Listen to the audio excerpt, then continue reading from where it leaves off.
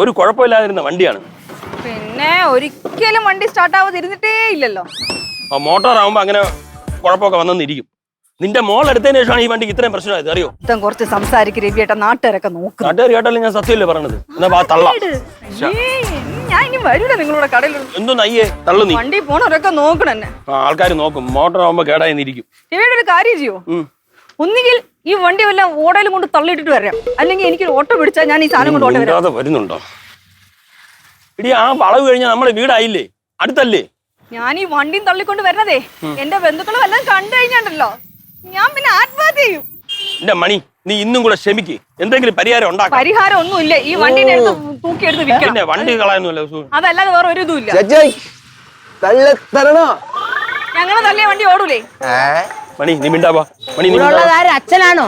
അല്ലടാ എന്റെ അപ്പൂപ്പൻ. മണി മിണ്ടാവാ, അവന്മാര് വല്ലതും പറയും. അവര് പറഞ്ഞു തല്ലിപ്പൊളിയത് ഒരു തല്ലിപ്പൊളിയന്മാര് എന്തെങ്കിലും പറയട്ടെ.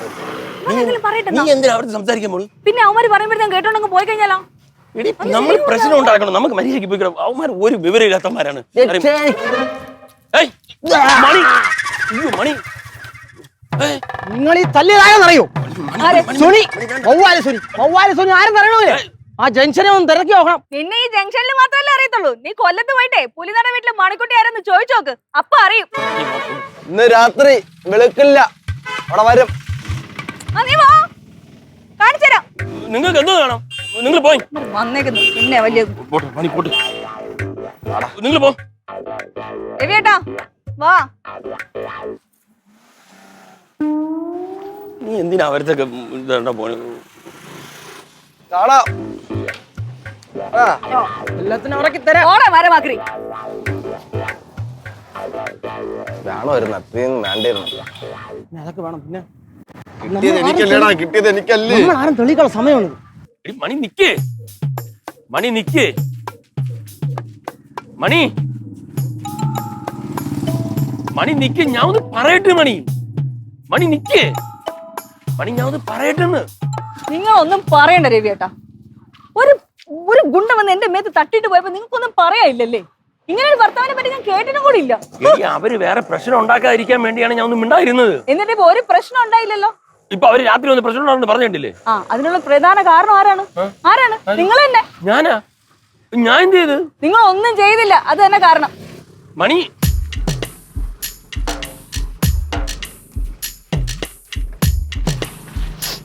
മണി മണി നില്ല്, മണി നിക്ക്, പറയട്ടെ. മണി ഇനി നടക്കണ്ട, ഇറക്കല്ലേ, നീ കയറ്, നമുക്ക് ഇനി നടക്കണ്ട. നിങ്ങളെ ഇനി മേലെ എന്റെ മുന്നിൽ ഈ വണ്ടിയും കൊണ്ട് വന്നു വരും, ഞാൻ ഇതിന് എന്തെങ്കിലും ചെയ്യും. ഓരോന്ന് വരുത്തി വെച്ചിട്ട്. മണിക്കുട്ടി ഇല്ല.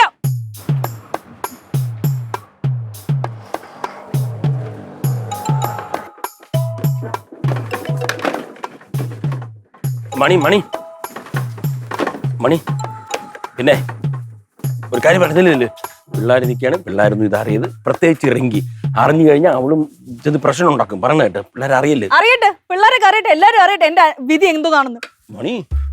മണി എല്ലാം ഞാൻ പറയണില്ല. പറയുന്നത് കേക്ക്. പോ അവിടുന്ന്. റിങ്കി അറിഞ്ഞു കഴിഞ്ഞാ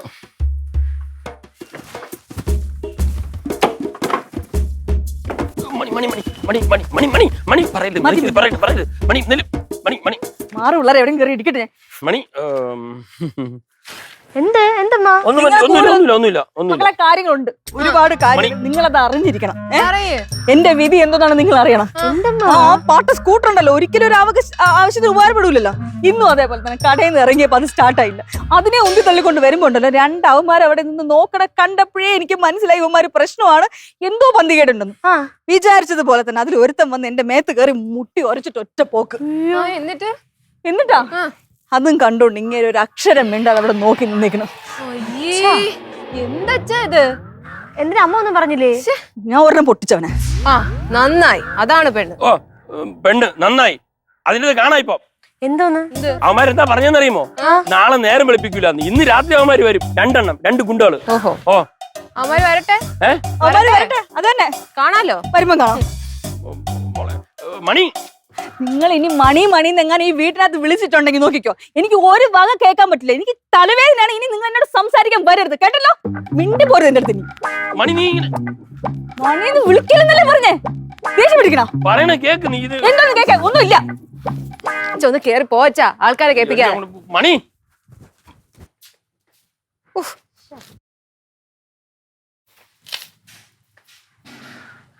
ചേച്ചി അച്ഛന്റെ സ്വഭാവം നിനക്കറിയാലോ. അച്ഛൻ എന്ന് പറഞ്ഞാൽ അങ്ങനെ അടി ഇടി പിടിക്കൊന്നും പോവാത്ത ഒരാളാണ്. ചിലപ്പോ അതുകൊണ്ടായിരിക്കും അച്ഛൻ അങ്ങനെ പെരുമാറിയത്. നീ എന്തൊക്കെ പറഞ്ഞാലും ഞാൻ അമ്മയുടെ കൂടെയാണ്. ഏതൊരു ഭർത്താവായാലും ഭാര്യ ആരെങ്കിലും ഒന്ന് തൊടുന്ന കണ്ടാൽ പോലും സഹിക്കില്ല, എങ്ങനെയായാലും പ്രതികരിക്കും. ഇതിന് അമ്മയെ കുറ്റം പറയാൻ ഒന്നുമില്ല. അതൊക്കെ ശരിയാണ് ചേച്ചി. അവര് രണ്ടുപേരെന്തോ ഉണ്ടായിരുന്നല്ലേ പറഞ്ഞേ. അപ്പൊ ഇപ്പം അച്ഛൻ പിടിച്ച് അവരെന്തെങ്കിലും ചെയ്ത് അവർ രണ്ടുപേരും കൂടെ അമ്മയും അച്ഛനെ എന്തെങ്കിലും ചെയ്തിരുന്നെങ്കിലോ? എടി ഞാൻ ഒരു കാര്യം ചോദിച്ചോട്ടെ, നിന്നെയാണ് ഒരാൾ തൊടാൻ വന്നാൽ നീ എന്ത് ചെയ്യും?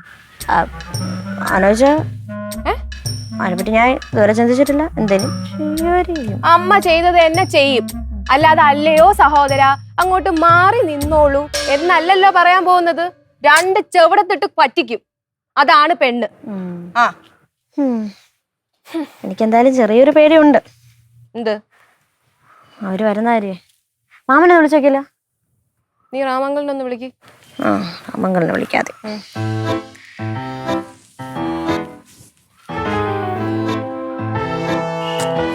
കിട്ടണില്ല.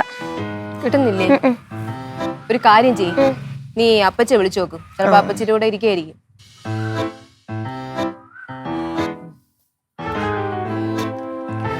അപ്പച്ചി, അപ്പച്ചി രാമംഗളം ഉണ്ടോ അവിടെ?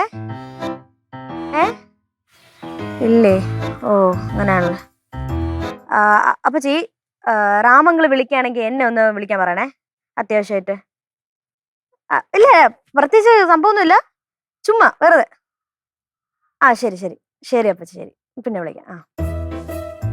എന്തടി? അതെ, രാമങ്കള് മാമനെ കാണാൻ പോയിക്കണം, മണിക്കുട്ട മാമനെ. അവർ രണ്ടുപേരും കൂടെ കോയമ്പത്തൂർ എവിടെ പോകുമെന്ന് പറയുന്നത്.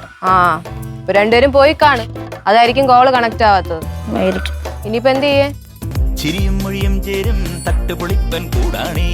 എന്നിഷ്ടം നിന്നിഷ്ടം ഒത്താലോ തന്നിഷ്ടം പിടിപലി കളി ചിരിപൂരം മുരളയ്ക്കു പേര്.